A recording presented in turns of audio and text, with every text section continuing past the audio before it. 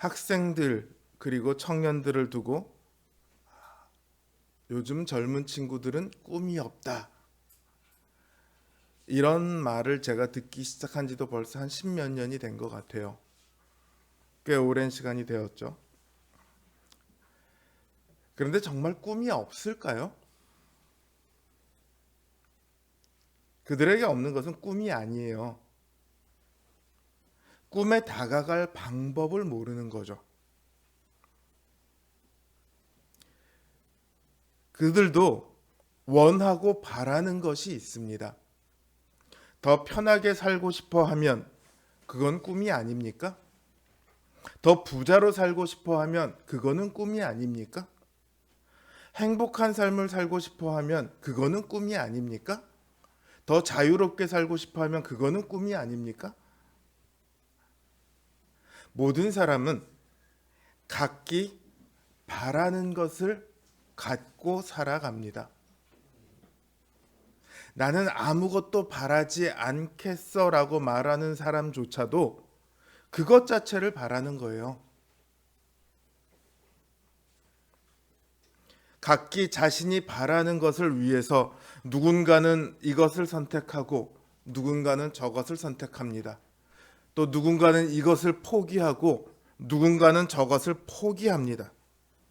그렇게 선택과 포기가 우리 삶에서는 끊이지 않고 일어납니다. 어떤 기준으로 선택하고 어떤 기준으로 포기하죠? 이게 참 어렵죠. 그래서 누군가는 주변 사람에게 물어봅니다. 누군가는 어른들에게 묻기도 하고요. 또 목사님에게 찾아와 묻는 분들도 있습니다. 그런가 하면 무당을 찾아가기도 하고 점을 치기도 합니다. 이들이 물어보는 요점이 뭡니까? 어느 쪽이 더 나을까요? 이걸 할까요? 저걸 할까요? 어느 쪽이 더 나에게 더 나은 선택이 될까요? 이걸 묻는 거잖아요. 흔히들 바라는 것에 대해서 이야기를 할 때 주로 하는 말이 그것을 어떻게 이룰까를 이야기합니다. 얼마나 열심히 해야 하고 어떤 방법을 써야 하고 뭐 그런 것들을 말해요. 사실 이런 말들은 바라는 것을 이루는데 유익합니다. 그러나 더 나은 선택하는 데 있어서는 아무런 영향을 끼치지 못합니다. 무엇이 더 나은가의 문제는 어떻게 이룰까에 있지 않거든요. 무엇을 바랄까에 있습니다. 더 근원적인 문제죠. 어떻게 이룰까에 대해서는 수많은 책이 있고 강연이 있어요. 유튜브만 찾아봐도요, 굉장히 많습니다. 그런데 무엇을 바랄까에 대해서는 그렇게 많은 책이 있지 않습니다. 책을 찾아보면요, 거의 다 고전에 가까운 책들이에요. 고전에 가까운 책들은 주로 그 얘기가 훨씬 더 많아요. 오늘날은 여기에 대한 책들은요, 주로 종교 서적밖에 없습니다. 그게 불교가 되었건 기독교가 되었건 종교 서적, 그 중에서도 일부만이 여기에 대해서 말을 합니다. 뒤집어서 말하면 사람들의 관심이 별로 없다는 거예요.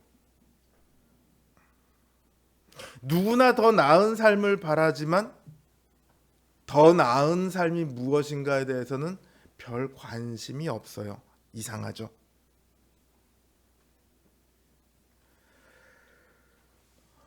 우리가 더 나은 것을 선택하기 위해서는, 더 나은 것을 바라기 위해서는 어떻게 해야 할까요? 그것을 알기 위해서는 우리의 삶의 최종 목적지를 알아야 합니다. 예를 들어 여기서 나는 뉴욕 여행을 갈 거야. 어떻게 갈 건데? 서울역에서 KTX 타고 갈 거야. 말이 안 되잖아요. 나 이번에 설악산으로 여행 가기로 했어. 어떻게 갈 건데? 크루즈 여행선 타고 갈 거야. 불가능한 얘기잖아요. 목적지에 따라서요, 우리가 바라는 것이 달라집니다. 가는 경로가 달라져요. 오늘 본문에서 말하고 있는 이 사람들, 곧 아브라함과 사라와 이삭과 야곱은 자신의 본향이 어디인가를 알고 있었습니다. 태어난 곳이 어디인가, 이거는 웬만하면 거의 다 알겠죠. 그게 아니라 자신이 마지막으로 가야 할 곳, 자신이 소속된 곳이 어디인가를 알고 있었습니다. 태어난 곳이 아니라 자신들이 가야 할 곳을 자신들의 본향으로 삼았습니다. 그들은 이 땅에서 태어났고 이 땅에서 살았지만 이 땅에 속한 사람들이 아니었어요. 이들의 삶은 사실 그렇게 편안한 삶은 아니었습니다. 그들은 가나안에서 이방인이요 나그네로 살았습니다. 당시 사회에서 이방인이란 어떤 존재였냐면요, 둘 중에 하나예요. 내가 약탈할 수 있던가 아니면 나를 약탈하던가. 어느 쪽이건 이방인과 거주민은 적대적인 관계가 될 가능성을 굉장히 많이 갖고 있습니다. 그러니까 이방인은 늘 고단한 삶을 살게 되어 있어요.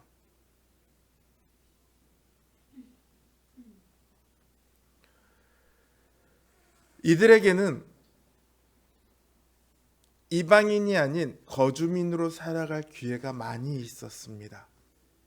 그 땅에 눌러앉아서 나도 너희와 같은 한 사람이, 너희들 중에 한 사람이 되고 싶어 언제든지 말할 수 있습니다.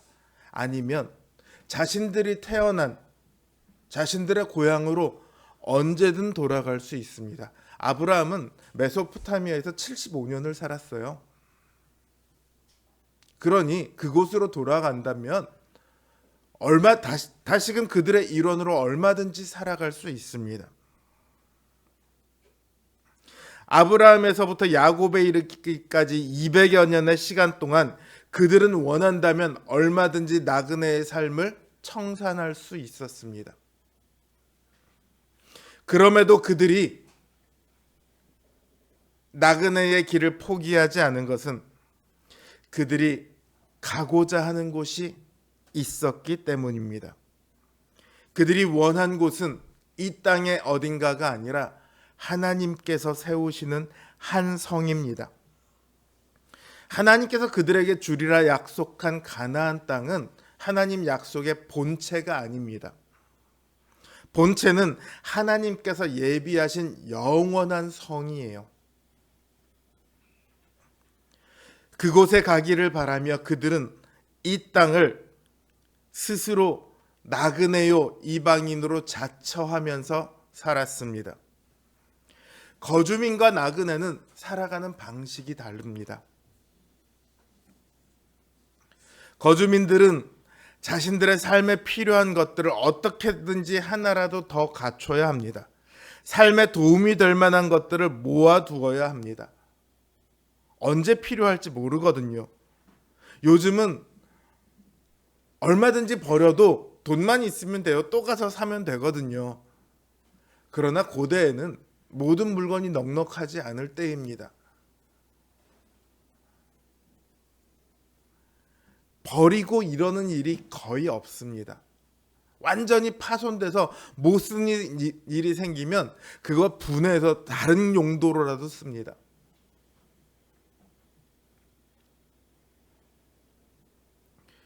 그래서 이 사람들에게는 편안한 집이 필요하고 농사를 지을 땅이 필요하고 가축을 놓아둘 우리가 필요합니다. 가축을 먹일 사료나 농사에 필요한 기구나 또 수확한 포도주를 보관할 넓은 창고가 필요해요. 오늘날 우리도 마찬가지죠. 당장 집에 필요한 가전만 해도 예전에는 냉장고, TV, 세탁기, 선풍기 이게 다였어요.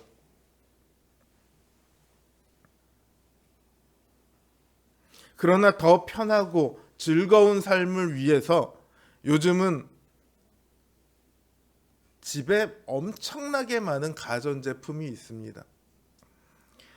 김치냉장고, 에어프라이어, 전자레인지, 식기세척기, 에어컨, 공기청정기, 음식물 처리기, 세탁기, 건조기, 스타일러 같은 의류 관리기, 컴퓨터, 별의별 게 다 있죠. 그러나 나그네는 다릅니다. 짐이 많으면 많을수록 나그네에게는 더 불편해집니다. 이동해야 하는데 짐이 많으면은요, 짐을 푸는데 시간 걸리고 짐을 싸는데 시간 걸리죠. 쉽게 이동을 못하게 돼요. 짐이 많아지면. 요즘 캠핑하는 사람들이 많은데 진짜 캠핑 좋아하는 사람들 이야기가 자기들은 1인용 텐트 하나 딱 들고요. 시간 나면 그냥 근처 산으로 가고자 하는 곳으로 간대요. 그래서 텐트 툭 하고 펼쳐놓고 취사도구 이런 것도 안 가져간대요. 도시락이나 이런 거 갖고 가서 잠깐 먹고 그 자연에서 자연과 벗삼아서 책 한 권쯤 읽고 그러고 돌아온대요. 스스로를 진짜 캠퍼라고 얘기하는 사람들이 그렇게 얘기하더라고요. 떠나야 할 때 바로 떠나는 나그네로 살기 위해서는요, 자신을 얽어매는 것 그리고 무거운 것이 없어야 합니다. 아브라함과 이삭과 야곱은 나그네로 살았 평생을 하나님께서 부르신 이후로 그 이후의 모든 삶을 나그네로 살았습니다. 그건 그들의 삶을 보면 굉장히 잘 드러납니다. 아내 사라를 위해 무덤을 사려 할 때 아브라함은 이렇게 말합니다. 나는 당신들 중에 나그네요 거류하는 자이니 당신들 중에서 내게 매장할 소유지를 주어 내가 나의 죽은 자를 내 앞에서 내어다가 장사하게 하시오. 야곱은 요셉을 따라가서 만난 바로왕에게 이렇게 말합니다. 내 나그네의 길의 세월이 130년이니이다. 내 나이가 얼마 못 되니 우리 조상의 나그네 길의 연조에 미치지 못하나 험악한 세월을 보낸 나이다. 그들은 스스로 나그네라고 말합니다. 나그네의 삶이 쉬울 리가 없죠.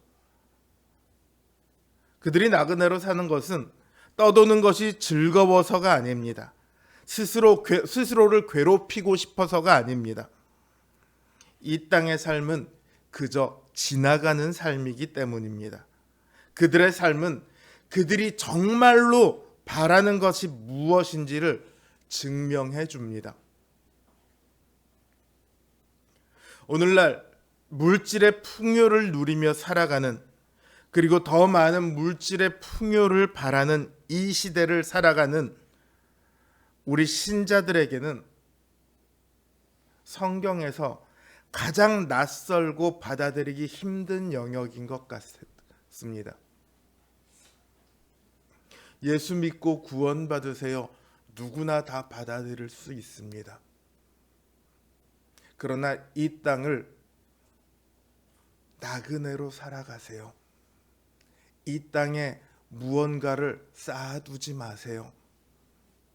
이 땅의 것에 얽매이지 마세요. 편한 것을 찾기보다 불편하더라도 힘들더라도 괴롭더라도 가장 중요한 것을 따라가세요.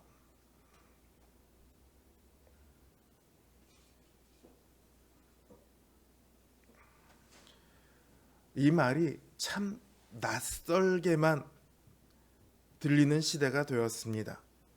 불과 몇십 년 전만 해도 제가 중고등학교 때 동네 부흥회란 부흥회는 다 쫓아다녔어요. 어머니 덕분에 어머니가 열심히 아주 좋으셔서 어머니를 따라 웬만한 부흥회를 다 따라다녔어요. 가보면 각종 간증들이 막 나와요. 얘기들을 들어보면 그 중에 상당수를 차지하는 간증이 뭐였냐면 교회를 나가기 위해서 시어머니한테 욕먹고 두들겨 맞는 아내의 이야기,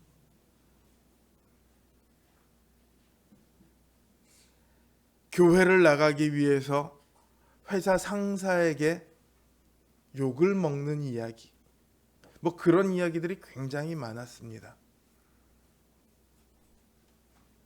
우리 교회에 있었던 문수민, 이제는 강도사님이 됐죠. 문수민 강도사님의 아버님이 은행에 근무하셨어요. 이제는 은퇴를 하셨으니까. 본인은 그리스도인이기 때문에 나는 술을 먹지 않습니다. 그래서 회식 자리에 가기는 해도 술을 한 모금도 입에 대지 않았어요. 어느 날 회사 부장님이 그분의 머리에다 술을 부어버렸어요. 그 이후로도 그분은 회식 때 술 한 모금도 입에 대지 않았어요. 불과 몇십 년 전만 해도 기독교인이란 이유만으로 욕을 먹고 두들겨 맞기도 하고 심지어 마을에서 내쫓기기도 했습니다. 오래된 이야기가 아니에요. 그럼에도 그들은 자신이 기독교인이라는 것을 숨기지 않았습니다. 자신이 손해를 볼 일이 생겨도 괴로움을 당하더라도 나그네의 정체성을 그들은 포기하지 않았습니다. 왜냐하면 더 나은 것을 바라보았기 때문입니다. 우리 믿음의 선진들은 하나님께서 약속하신 그 성을 멀리서 보고 환영했습니다. 이 환영한다는 말은요, 즐거움으로 환호하고 맞아들인다는 의미입니다. 예수님께서 예루살렘에 입성하실 때 사람들이 종려나무 가지를 들고 자신들의 왕으로 예수님을 맞아들일 때 바로 이 환영한다라는 단어가 사용되었어요.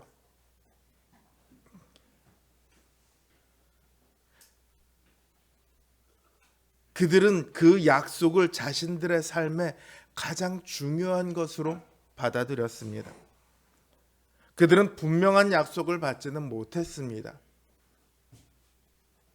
여기 멀리서 보았다라는 단어가 주로 어디에 사용되는 단어인가 했더니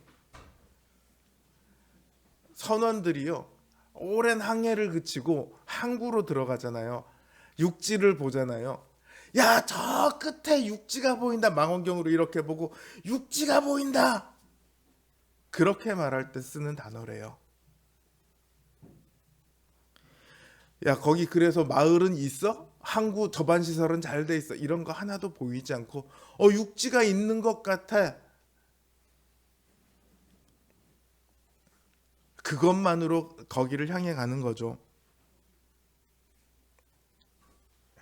그들이 이처럼 분명한 약속을 받지는 못했음에도 불구하고 그들이 그 성을 바라고 이 땅에서 나그네로 살았던 것은요, 그 성을 어쨌든 보았고 그 성을 자신의 삶의 가장 중요한 부분으로 받아들였기 때문입니다. 그렇기 때문에 그들의 삶은 기나긴 기다림에 지칠 것 같지만 사실은 만족이 있었고요, 포기하고 싶을 것 같았지만 믿음에서 넘어지지 않았습니다. 이 땅에서 안락하게 살아가는 것보다 비록 희미하더라도 자신들에게 약속된 건축된 그 성을 향해 나아가는 것이 훨씬 더 가치가 있었기 때문입니다.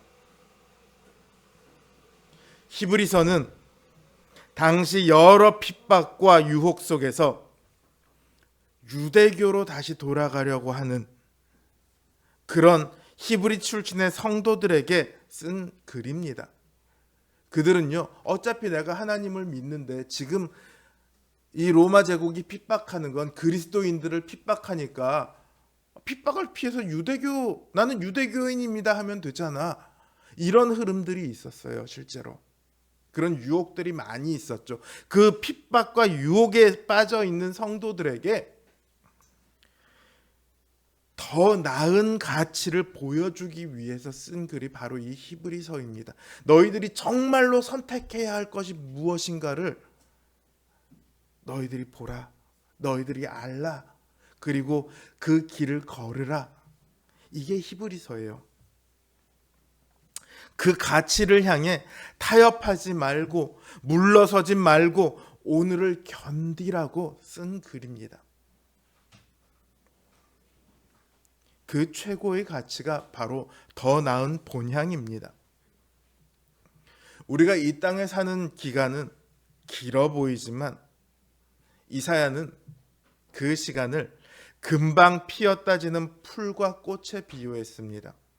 야고보는 낮이 되면 사라지는 아침 안개로 묘사했어요. 또 시편은 마치 날아가는 것과 같다고 말합니다. 이 세상의 삶은 그래요. 그러나 더 나은 본향은 영원하고 변함이 없습니다. 이 땅에서의 편안함은요, 그 본향에서의 편안함과는 비교도 할 수 없습니다. 시편 84편 10절은 그 두 삶을 이렇게 비교합니다. 주의 궁정에서의 한 날이 다른 곳에서의 첫날보다 나은즉 악인의 장막에 사는 것보다 내 하나님의 성전 문지기로 있는 것이 좋사오니. 어느 것이 더 좋은지는 너무도 명확하게 말하고 있죠. 그런데 오늘 본문에는 그 본향, 그 좋은 본향보다 더 좋은 것이 있습니다. 하나님께서 그들의 하나님이라 일컬음 받으시기를 부끄러워 아니하셨다. 하나님께서 이스라엘 민족에게 스스로를 말씀하실 때 늘 아브라함의 하나님, 이삭의 하나님, 야곱의 하나님이라고 말씀하십니다. 아브라함의 삶을 보면 수많은 실수와 실패가 있습니다. 심지어는 자신의 아내를 내어주고라도 살려고 했습니다. 야곱은 더 말할 것도 없습니다.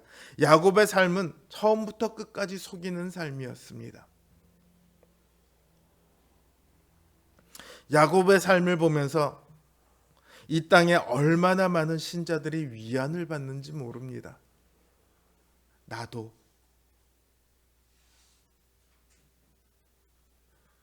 야곱처럼 하나님께로부터 부르심을 받을 수 있고 하나님의 인도하심을 받을 수 있고 하나님의 구원을 받을 수 있다. 하나님은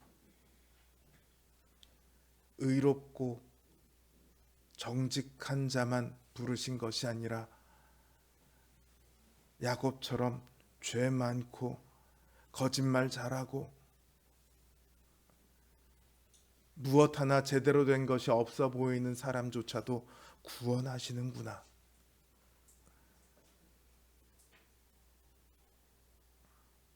그럼에도 하나님께서는 그들의 하나님이라 일컬음 받기를 부끄러워하지 않으셨다. 이렇게 말하고 있습니다.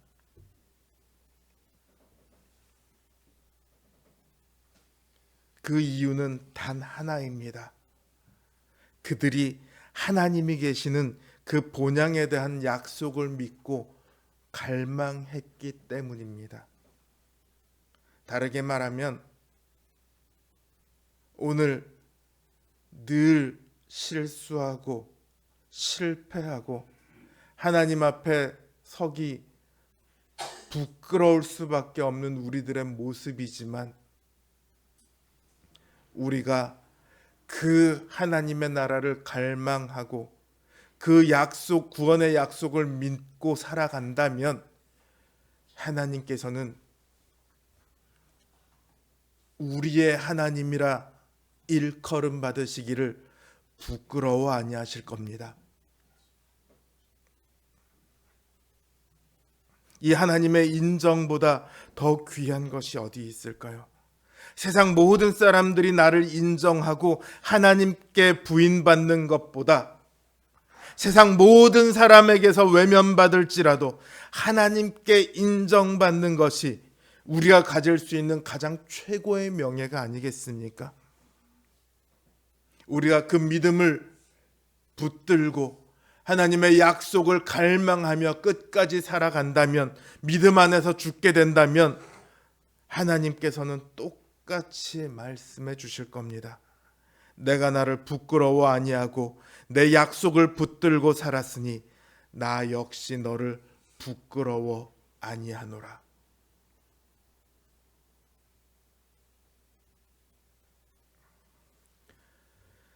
아브라함과 이삭과 야곱의 삶이 그들이 무엇을 바라고 살았는지를 증명해 주었다면, 오늘 우리의 삶 역시 우리가 무엇을 바라는가를 증명합니다.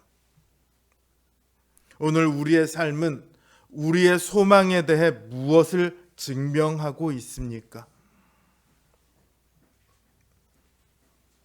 우리는 과연 더 나은 것을 바라고 소망하고 있습니까? 제가 믿음에 대해서 이야기할 때 가장 많이 받는 반론이 뭔지 아세요? 많은 신자들이요, 제가 믿음에 대해서 이야기하면 언제나 현실을 들어 반론합니다. 에이, 목사님, 현실은 안 그래요. 목사님은 하나님이랑만 사셔서 현실을 모르시는 것 같아요. 이렇게 말씀하시죠. 제가 언제 하나님이랑만 살았습니까? 제가 현실 속에서 굴고 굴르다가 여기로 붙잡혀온 사람인데요. 물론 현실 속에서 믿음을 따라 사는 것, 특히나 나그네로 사는 것은 참으로 어려운 일입니다. 늘 현실은 신자의 발목을 붙잡습니다. 그러나 보이는 것이 전부가 아닙니다. 이 세상이 전부인 것처럼 살아서는 결국 이 세상에서만 만족하게 됩니다. 현실에 붙들린 사람은 현실에서 끝나게 되어 있습니다. 더 나은 곳, 선진들이 바라보았고 하나님께서 우리에게 약속하신 그곳을 갈 수 없습니다. 예수님께서는 이렇게 말씀하세요. 너희를 위하여 보물을 땅에 쌓아두지 말라. 거기는 좀과 동록이 해하며 도둑이 구멍을 뚫고 도둑질하느니라. 오직 너희를 위하여 보물을 하늘에 쌓아두라. 거기는 좀이나 동록이 해하지 못하며 도둑이 구멍을 뚫지도 못하고 도둑질도 못하느니라. 우리가 가는 이 길은요, 보여서 가는 것이 아닙니다. 하나님께서 주신 약속을 믿고 가는 거예요. 약속하신 분이 하나님이니까 가는 거예요. 우리의 시민권은 하늘에 있습니다. 그 하늘이 우리가 가야 할 본향입니다. 그 하늘은요, 누군가에게는 찾아도 찾을 수 없고 두드려도 들어갈 수 없는 곳입니다. 그러나 우리 주 예수로 그리스도로 말미암아 우리들에게만 허락된 영광된 곳입니다. 그러니 우리는 그곳을 바라고 그곳을 향해 가야 합니다. 그 길이 결코 쉽지 않습니다. 예수 믿으면 모든 게 잘 됩니다. 그런 거짓말은 성경에는 단 한마디도 없습니다. 나그네의 길은 언제나 고단합니다. 고단한 게 맞습니다. 고단할 수밖에 없습니다. 왜냐하면 세상에서도 그걸 알아요. 집 나오면 뭐라고요? 개고생이다. 우리가 아직 집에 가지 않았는데 당연히 이 땅에서 고생을 받을 수밖에 없죠. 제가 처음 가출했을 때가 초등학교 6학년 때였어요. 그때가 겨울이었습니다.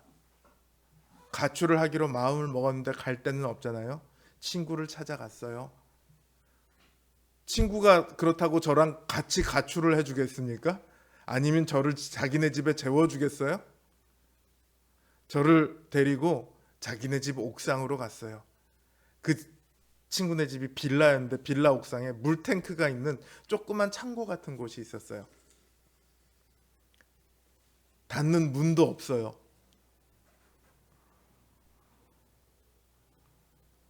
그러니까 얼마나 춥겠어요. 저를 거기다 데리고 가서 생각을 하더니 조금 있다가 수건을 몇 개 갖고 오더라고요. 그거로라도 덮으래요. 하긴 생각해 보면 이불을 갖고 올 수는 없잖아요. 그러면 당장 부모님한테 들킬 테니까. 수건을 갖고 오고 그래도 추울 것 같으니까 이제 저랑 같이 돌아다니면서 나뭇가지를 주우러 다녔어요. 어쨌든 그곳이 인천 변두리긴 해도 사람들 많이 사는 곳이니까 장작 같은 걸 구할 수는 없었죠. 나뭇가지들 또 장작이 있다고 해도 들고 오지도 못할 거고, 그러니까 나뭇가지들만 막 주워다가 이만큼을 갖다 놓고 이 정도면 그래도 밤을 보낼 수 있겠지. 나뭇가지는 금방 꺼지더라고요. 그리고 따뜻하지도 않아요. 조금 있다 보니까 불이 꺼져 버렸습니다. 더 이상 나무도 없고요. 그 밤에 혼자서 덜덜 떨고 있다가 새벽쯤이 돼서 도저히 더 못 견디겠더라고요. 집으로 돌아왔어요. 집에 돌아왔더니 그 방이 얼마나 따뜻하던지 다행히 어머니한테 크게 혼나지는 않았는데 이불을 덮자마자 그냥 눈이 스르르 감기더라고요. 우리는 아직 집에 도착하지 않았습니다. 이 현실은 우리 집이 아닙니다. 집을 향해 가는 길이에요. 그래서 현실은 오히려 우리를 붙드는 짐이 되기 딱 좋습니다. 우리는 고단하더라도 무거운 발을 일으켜서 집을 향해 계속해서 걸어가야 합니다. 거기에 가장 좋은 것이 있습니다. 가장 큰 안식이 있습니다. 그러니 우리를 붙드는 것들, 우리를 무겁게 하고 얽어매는 것들을 떨쳐버리십시오. 그것들에 붙들리지 않기 위해 늘 애쓰고 기도하십시오. 아브라함과 이삭과 야곱의 삶을 책임진 것은 그들이 가진 물질이 아니었습니다. 그들의 인맥이 아니었습니다. 그들의 직업이 아니었습니다. 그들의 명예가 아니었습니다. 그들을 살아가게 한 것은 하나님의 인도하심과 보호하심이었습니다. 에서를 피해서 먼 길을 떠나가는 야곱에게 하나님께서는 나타나셔서 이렇게 약속하십니다. 내가 너를 다시 이곳에 돌아오게 하겠고 내가 돌아오기까지 너를 한시도 떠나지 아니하리라.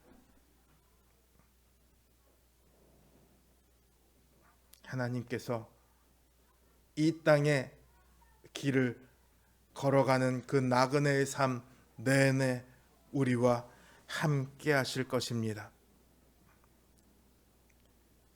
하나님께서 약속하신 그 큰 영광의 성을 믿고 바라고 걸어가므로 한 분도 빠짐없이 그곳에 이르게 되기를 주님의 이름으로 간절히 기원합니다.